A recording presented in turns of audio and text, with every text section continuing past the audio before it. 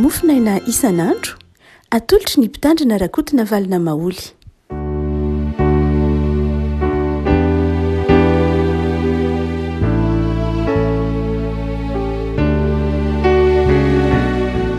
Faly miarahaba antsika riavako malala tratry ity zoma fa 17 ny volana febroary ity. Ny boky ny mpanjaka voalohany toko fa 13 andiny voalohany ka hatramin'ny fahaenina riavana no soratra masina voalahatra ny mofinaina ho antsika. Mpanjaka voalohany toko fa 13 andiny voalohany ka hatramin'ny fahaenina. Vakina amin'ny anaran'i Jesosy.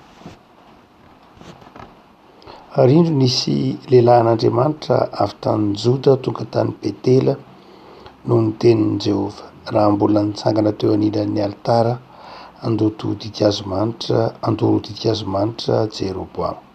Ary ilay lehilahin'Andriamanitra ny antsony alitara araka ny tenin'i Jehovah ka nanao hoe ry alitaro izao no lazain'i Jehovah, indro isy zaza teraka ho antaranaki Davida, Zosia no ho anarany, ary ho vonoiny ka ateriny eo amboninao ny mpisorona amin'ny fitoerana avy izay mandoro didika azo manitra eo amboninao, ary taolan'olona no doronao amboninao. Ary naneho fahagagana andro izay izy nanao hoe izao no fahagagana izay nolazain'i Jehovah, indro hitresaka ny alitara ka hikorotsaka ny lavelona izay eo amboniny. Ary noho ny reny Jeroboamo mpanjaka ny teny lehilahin'Andriamanitra izay niantsony alitara tao Betela, dia naninditra ny tanany niala tamin'ny alitara izy ka nanao hoe hazonona io, dia maty ny tanany nahinjina nondro azy iny ka tsy azony niketrahina intsony. Dia nitresaka koa ny alitara ka nikorotsaka ny lavelona teo amboniny araka ny fahagagana izay nasehon'ilay lehilahin'Andriamanitra noho ny tenin'i Jehovah. Ary ny mpanjaka namaly ilay lehilahin'Andriamanitra manao hoe mba hifony amin'i Jehovah Andriamanitra aho ka mivavaha ho ahy mba ho azoko ketrehina indray ny tanako.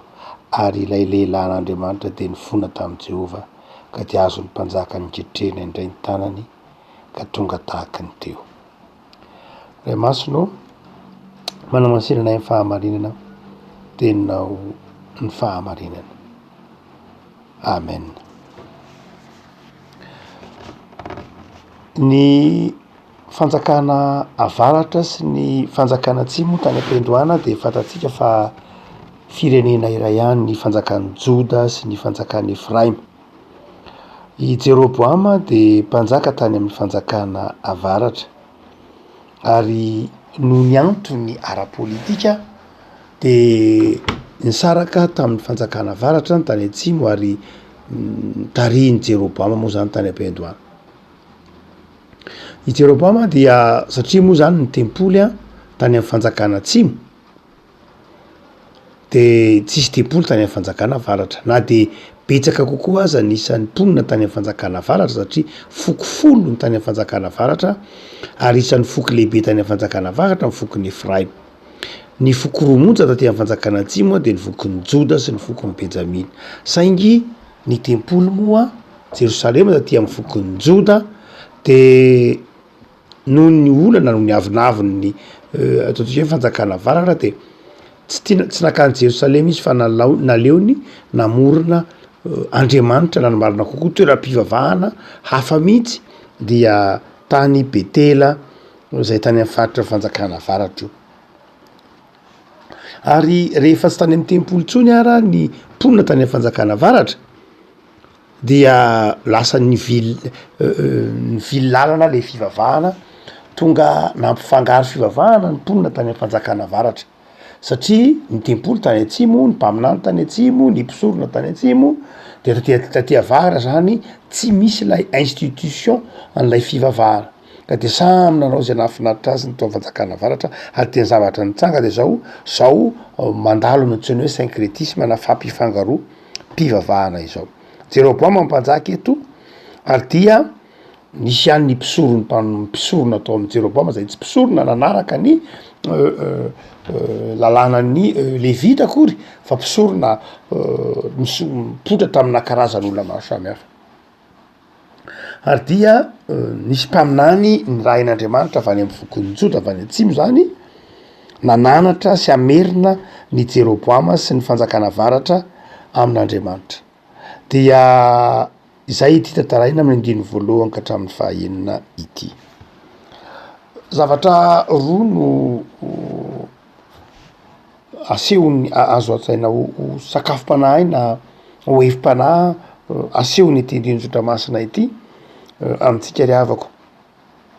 Ny voalohany de tsy akasitran'Andriamanitra ny ataontsika hoe fampifangaroam-pivavahana.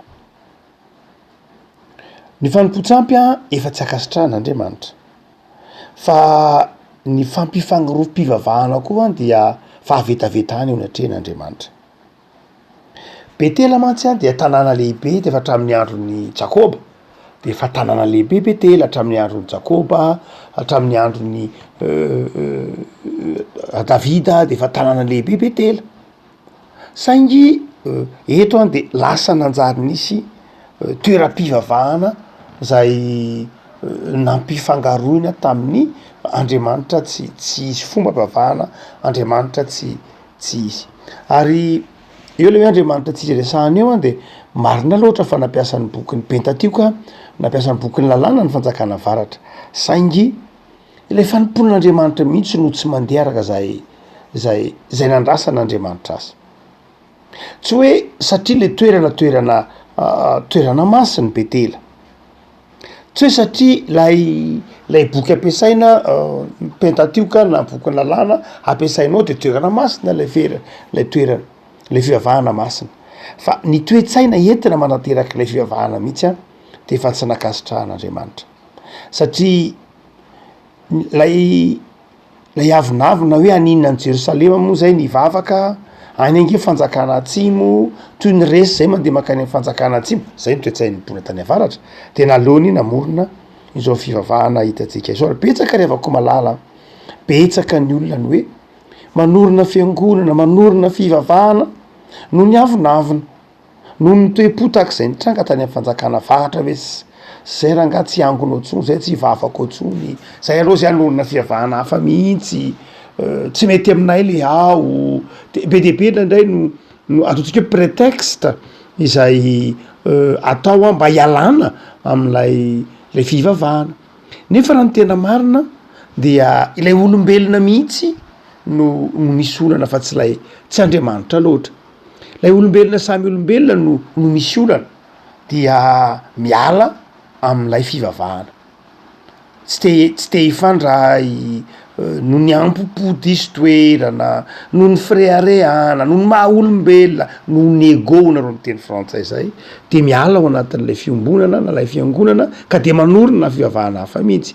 Ary ndraindray ny fivavahana ireny de zao zay hitantsika mandraka ankehitriny de ndraindray tsy miorina amin'izay sitrapon'Andriamanitra, ndraindray miorina fa ndraindray tsy miorina. Ka ny olana de ny hoe tsy miorina na ny miorina ihany, fa ny hoe inona le toe-tsaina nentina nanorina ilay fivavahana, inona ny toe-tsaina nentina nanorina ilay fivavahana, lay ampo maha olombelona ve, sa tena lay filan'ny soratra masina, lay sitrapon'Andriamanitra zay ve ny tena antony, sa lay ampopon'olombelona, lay avinavina amin'ny hoe tsy te hifandray, lay avinavina amin'ny hoe tsy te sorena sy ny tahaka zany. Ary zay tao amin'ny fanjakana varatra. Ary tsy mahagaga fa izao mpaminany avan'ny Joda no ndrahan'Andriamanitra. Fantatsika tsara raha mamaky ny testamenta talohatsika ny fifaninanana, ny fifandirana teo amin'ny fokon'ny Joda sy ny fokon'ny Efraim. Ary fototra nampisy ny fisarahana mihitsy io, satria tamin'ireo taranaka Jakoba 12 de anakiroa ny tena foky lehibe sy natanjaka ary ataontsika hoe tena nanana naizy azy, de ny fokon'ny Joda sy ny fokon'ny Efraim. Ary na i Josua sy Kaleba aza de fantatsika fa Kaleba fokon'ny Joda, Josua fokon'ny Efraim.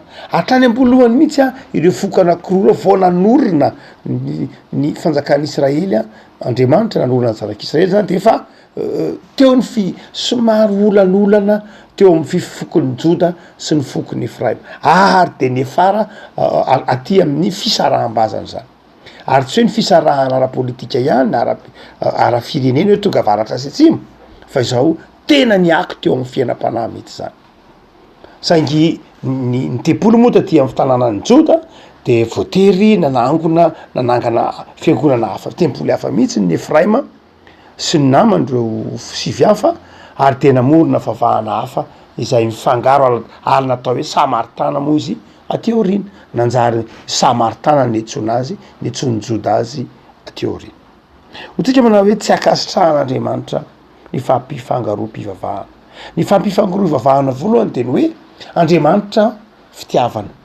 Andriamanitra tsy mahazaka fisarahana, tsy mahazaka adila, tsy mba toetra tsy fomba an'Andriamanitra ny hoe miady eo anatin'ny finoana saingy zany rehetra any de hita tao amin'ny foko avaratra sy ny fanjakana atsimo.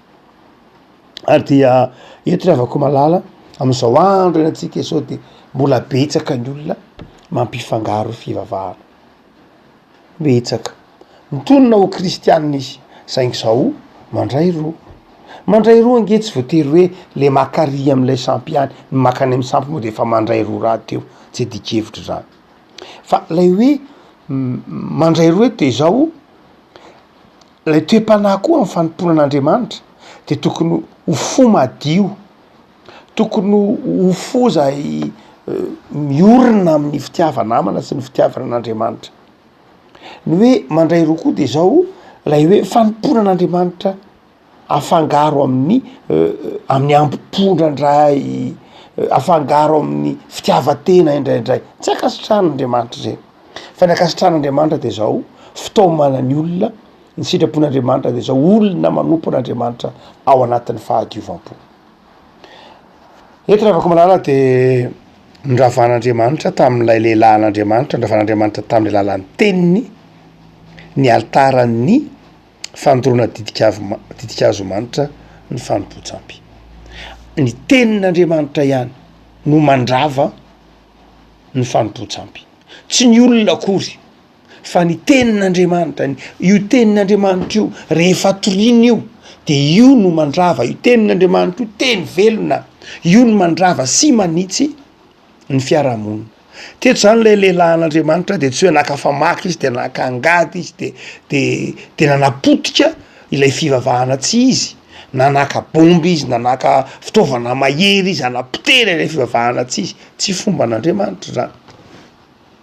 Araky ny tenin'i Jesosy hoe ny fanjakako tsy eto amin'izao tontolo zao, ny fanjakako tsy am'kerin'olombelona hoy Jesosy, fa raha eto amin'izao tontolo zao ny fanjakako de ho niadiny miaramilako. No zany de zao raha nandrava ilay altaran'ny fanompo-tsampy eto Andriamanitra de zao le altaran'ny fampifangaroam-pivavahana de zao tsy olombelona akory nandrava azy fa ny tenin'Andriamanitra. Ary rehefa torin'ny fiangonana ny tenin'Andriamanitra de rava ny fanompo-tsampy, rava ny fampifangaroam-pivavahana, rava mirodana ho azy io. Tenin'Andriamanitra nge teny manan-kery.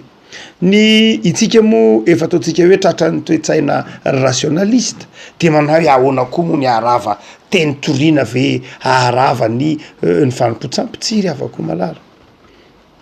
Ny baiboly teo amin'ny tantaran'ny malagasy, teo amin'ny tantaran'ny firenena malagasy, teo amin'ny tantaran'izao tontolo zao de ny baiboly ny tenin'Andriamanitra de naharava ny fanompo-tsampy. No zany havako malala ny tian'ny tompo ao an-tsaintsika de zao velona ny tenin'Andriamanitra.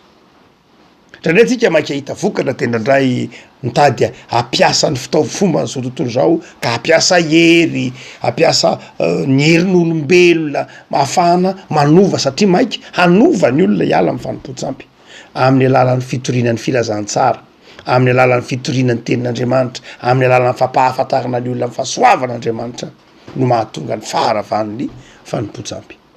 Fa ny faharoa zay asehon'ity mofinaina ity ny andininy fahaefatra ka hatramin'ny andininy fahaenina de zao ny tenin'Andriamanitra izay ohatsika toy hoe mandrava ny asan'ny sampy rehetra, fa izao ny tenin'Andriamanitra koa ry havako malala de izao miaro ny mpanompon'Andriamanitra, miaro ny fiangonana. Io tenin'Andriamanitra torintsika io de miasa io, irak'Andriamanitra io mandrava ny asany ratsy. Fa io tenin'Andriamanitra io koa rehefa torintsika de manjary fiarovana ho antsika.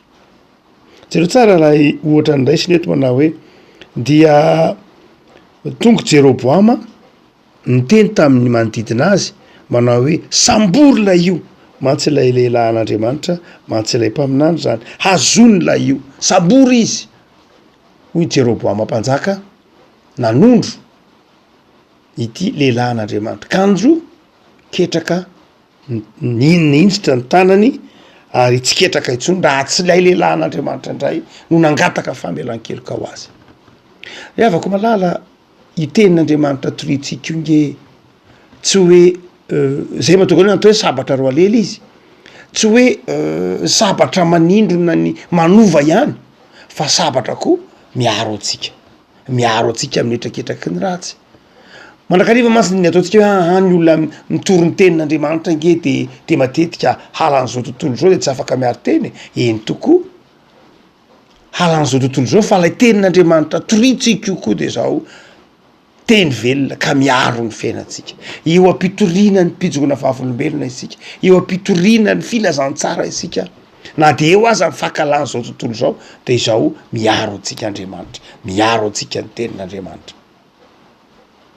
Impirimpiry miravaka malala tsika amin'ny toerana maro samihafa atao veto Madagasikara de mahire fijogona vavolombelona ataon'ireo mpanao tafika masina fa ny tenin'Andriamanitra de manova olona, ary ny tenin'Andriamanitra toriana io tsy hoe manova ny olona ihany fa le tenin'Andriamanitra toriana koa de zao manjary miaro ilay mpitory ny tenin'Andriamanitra. Ohatra hoe ity volana febroary ity isika de ny loha hevitsika mikasika ny tenin'Andriamanitra, mikasika ny soratra masina. Engany avako malala hotsapanao fa ny tenin'Andriamanitra zay zarain'io, ny fijogona vavolombelona zay ataontsika io de miaro atsika koa ny tenin'Andriamanitra, miaro atsika Andriamanitra. Ahoana moa ny tsy arovan'Andriamanitra atsika? Ny teniny nge ny lazaitsika, ny afatra ny nge no ampitaitsika, ka tsy avelan'izany ho malaina isika, tsy avelan'izany ho resy tondromaso isika, fa rehefa mitoro madio ny tenin'Andriamanitra isika de hoy Petera manao hoe iza moa ny anisy ratsy anareo raha ohatra ka manao zany asa soa zany ianareo, raha mazoto amin'ny asa tsara ianareo, ary na manisy ratsy aza ny olona de zao efa nyteny Jesosy manao hoe momba anareo mandrakariva ambara-patonga ny fahataperan'izao tontolo zao.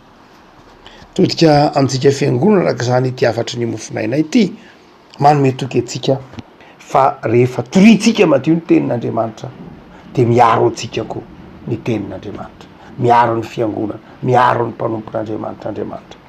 Ary ny fahatelo farany de zao zava-dehibe koa nefany ny toetra ny mpanompon'Andriamanitra eo ampitoriana ny tenin'Andriamanitra. Tsy ny olona ny fahavalon'ny mpanompon'Andriamanitra, tsy zay loatra. Tsy Jeroboama mihitsy kory ny fahavalon'ilay lehilahy an'Andriamanitra. Profon'izany mivavaka ho azy lay lehilahy an'Andriamanitra, namela lay lehilahy an'Andriamanitra mivavaka ho azy ary mifona ho azy de sitrana ihany Jeroboama.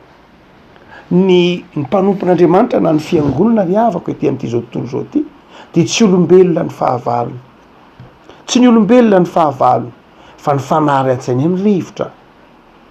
Tsy ny rahin'Andriamanitra hiady amin'ny olombelona isika fa hiady amin'ny faharatsiana, miady amin'ny fahalovana, miady amin'ny fanompo-tsampy, miady amin'ny fampifakarom-pavahana, miady amin'ny tsy fahamarinana. Zany no fijogona vavolombelona andrasan'Andriamanitra mipino. Diso fahavalo ny mpino raha ohatra ka hoe miady amin'ny olona, miady amin'ny mpanota, ny ota no edivatsika, ny ota no tiatsika hiala, ny ota no roahatsika fa tsy ny mpanota tsy akory. Satria ny tompo teny manao hoe tsy ny fahafatesan'ny mpanota akory ny mamaika an'Andriamanitra fa ny alan'ny mpanota amin'ny otany mba ho velona izy. Afaka malala hotsika manao hoe mitsotra masina de mampianatra atsika hiavana amin'ny olona rehetra. Noho zany de na inona de zao mararotsika ny fotoana afahana miavana amin'ny olona rehetra. Ary eto de mazava fa ilay lehilahy an'Andriamanitra de nitondra ny otany ity Jeroboama ity teo amin'ny tompo ary ny fona ho azy. Ingany avako ho toetra atsika kristianina ny tiany olona rehetra ka na eo aza ny fakahalan'ny olona atsika, na eo ara tsy fitiavan'ny olona atsika de matoky isika fa Andriamanitra miaro atsika. Ary ny ataontsika de zao ny mitondra azy reny eo anatrehan'Andriamanitra mandrakariva tahaka ny nataon'i Jesosy manao hoe mamelany elo ny Andriamanitra fa tsy vatan'izay atao ivavaka sika tompo am'izao anao za efa ny teninao de teny velona ny teninao mandrava ny faharatsiana ny teninao toriana nefa ny tianao iainanay de atao am'izay tompo hitory ny teninao amin'ny fo madio hitory ny teninao amin'ny fo feno fitiavana ary tsy anatoerana eo aminay ny fahakahalana na ny tsy fitiavana amin'ny mpiarabelona aminay fa atao mety anatinay tompo ny fitiavanamana amin'ny fotoana iainanay ankehitriny de mihamangatsika ny fon'ny olona amin'ny fivavahana de mampahirezanay tompo ho tia ny teninao ary hijoro vavolombelonao amin'ny toerana zay anirahanao anay vavaka izay tompo hoan'ny fiangonana ho an'ireo mpitory ny filazantsara ampahirezo izy ireo arovy ary aoka ny teninao velona anova ny fiarahamonina hiaro ny fiangonanao hitoetra ny fahamarinany teninao aneny mpitory ny filazantsara ny fiangonanao manohy mivavaka izay tompo ho an'ireo vahoaka maro azo pahoriana noho ny orohoro tany Turquie sy Syrie maro amin'izy ireny tompo no mbola tsy nandre ny filazantsara maro amin'izy ireny no mbola tsy nahafantatra anao Andriamanitra fa fantatra efa famindram-po ianao ary tianao avokoa ny olona rehetra de mivavaka izay tompo aoka ianao nampahery azy ireny na tsy mahafantatra anao azy izy de azona iantoka tompo fa tia azy ireny ianao de amindrao fo ary omeo fotsotra izahay rehetra omeo fotsotra izao tontolo zao ifanoana amin'izy ireny ary dia ho anay malagasy tompo ataovy mahay misaotra anao mandrakariva zay satria fantatra efa tianao navahanao ka na eo aza ny fahantrana sy olana maro samihafa maha olombelona de tsapanay kosa ny fahasoavanao ampy mizary isam-batan'olona de mitoera mandrakariva ty anatinay Jesosy ho tepolo velo ny teninao zahay ary zara fifaliana manodidina anay amin'ny anaranao Jesosy Kristy mpamonjy amen.